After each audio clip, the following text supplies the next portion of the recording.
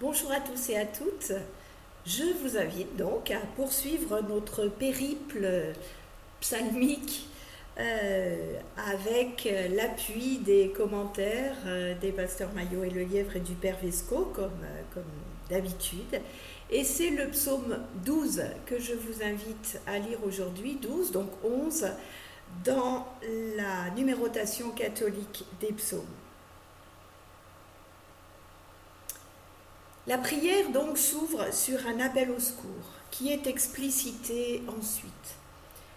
Nous retrouvons l'expression fils d'humain qui encadre cette prière. Parmi ces fils d'humain, il y a des fidèles et des impies. Les premiers sont humiliés, indigents, à bout de souffle. Les seconds ont des paroles trompeuses. Au cœur droit du psaume 11 s'opposent les cœurs doubles. Là est la crainte du psalmiste. C'est là-dessus, précisément, que porte sa plainte.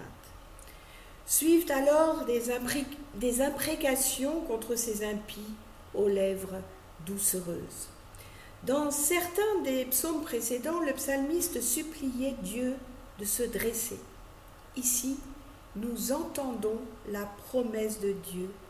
Maintenant, je me dresserai. Nous y reviendrons.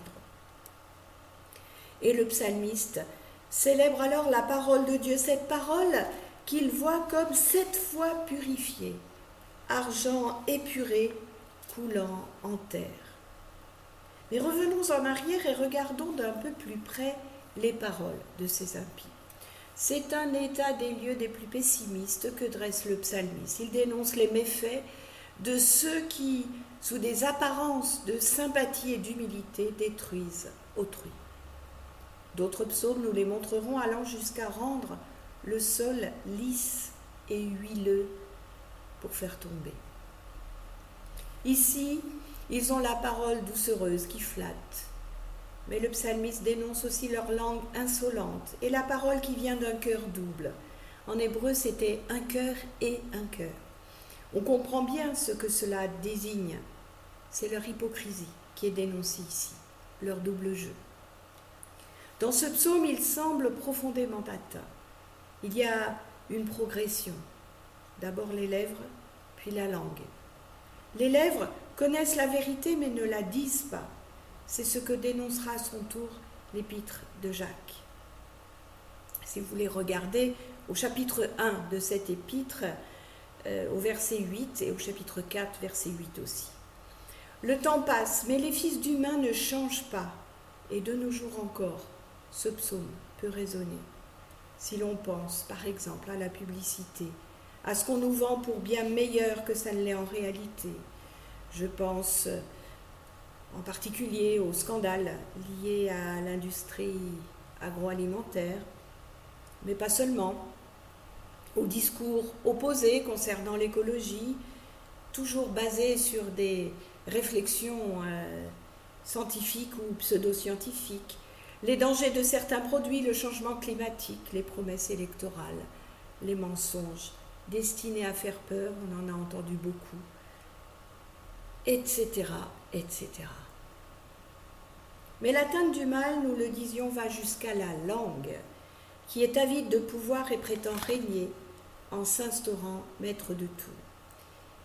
Il est à noter que quand il est dit vide, ils parleront, et la langue parlant grandeur, vide et grandeur doivent être compris comme si c'était justement un dialecte particulier, comme s'ils parlaient, anglais ou français.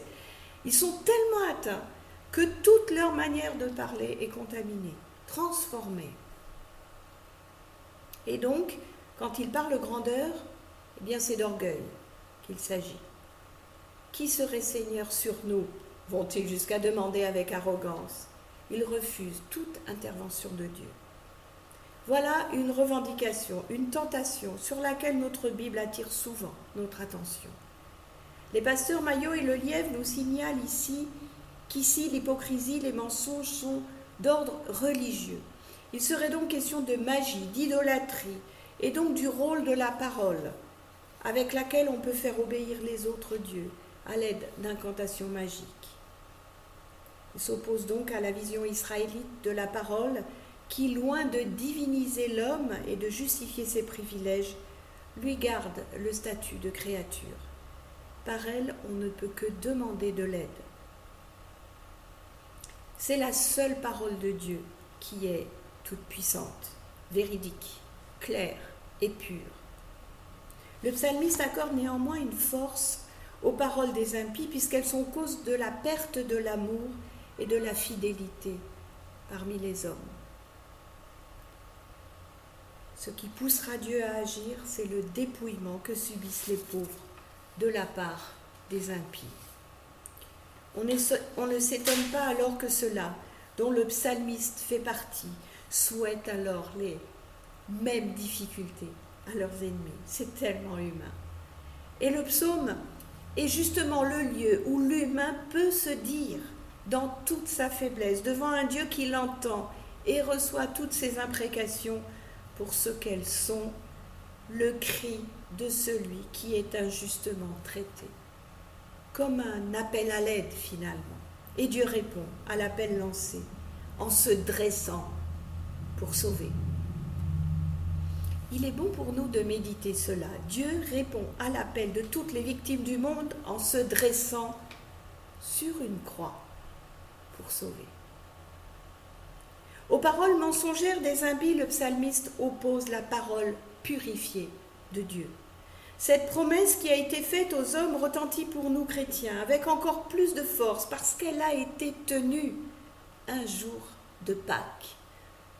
D'ailleurs, au centre du psaume, au verset 6, il y avait dit « Je me lève ». Koum en hébreu et anistémie en grec, ce sont justement les verbes de la résurrection.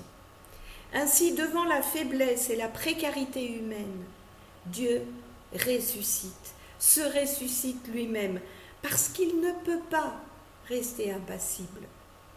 Nous sommes englobés dans ces fils d'humains qui ont toujours besoin du salut que Dieu leur offre.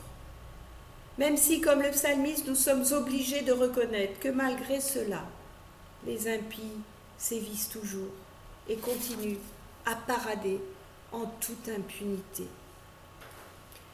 Ainsi, la foi sans faille accordée à l'efficacité de la parole divine ne peut pas faire abstraction de la dramatique actualité chaque jour constatée. C'est ce qu'écrit le père Vesco concernant le psalmiste, mais cette phrase pourrait être appliquée telle quelle à notre aujourd'hui. Dès lors, nous devons nous inspirer de ce que nous offre ce psaume pour nourrir notre confiance et notre espérance. Cette prière, qui peut être vue comme liturgie, prophétie avec délivrance d'oracle, ou bien comme prière pour se protéger des formules magiques des ennemis, est devenue la prière des Israélites, restés fidèles et pleins d'espérance en la parole divine, bien qu'immergés dans un contexte politique et social où l'impiété triomphe. Elle peut être pour nous aussi chrétiens une prière qui a du sens et qui nourrit notre assurance, car cela ne va pas de soi. Une prière qui attire aussi notre attention sur la puissance positive ou négative de la parole. Puissions-nous, comme Dieu, avoir une parole toujours 7 fois purifiée.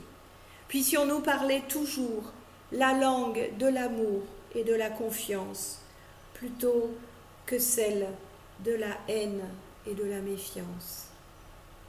Je vous propose un parallèle avec une lamentation égyptienne dans un contexte social semblable. C'est le père Vesco qui nous la propose dans son ouvrage à la page 164. À qui parlerai-je aujourd'hui? Les frères même sont méchants et les amis d'aujourd'hui n'aiment plus. À qui parlerai-je aujourd'hui? Les cœurs sont cupides et chacun emporte le bien de son prochain. À qui parlerai-je aujourd'hui? La douceur a péri, la puissance revient à tous. À qui parlerai-je aujourd'hui? On se satisfait du mal, le bien est jeté à terre en tout lieu. On lit là, bien sûr, vous l'aurez entendu, de la résignation et du désespoir, au lieu de l'espérance que nous offrent nos psaumes. C'est comme une invitation à prendre encore mieux conscience de notre particularité de croyants, chrétiens, nourris d'une parole de vérité, une parole vivifiante, et qui est là pour nous remettre debout. Alors relevons-nous, regardons autour de nous avec confiance, avec amour et espérance, et faisons attention aux paroles que nous prononçons, que nous écrivons.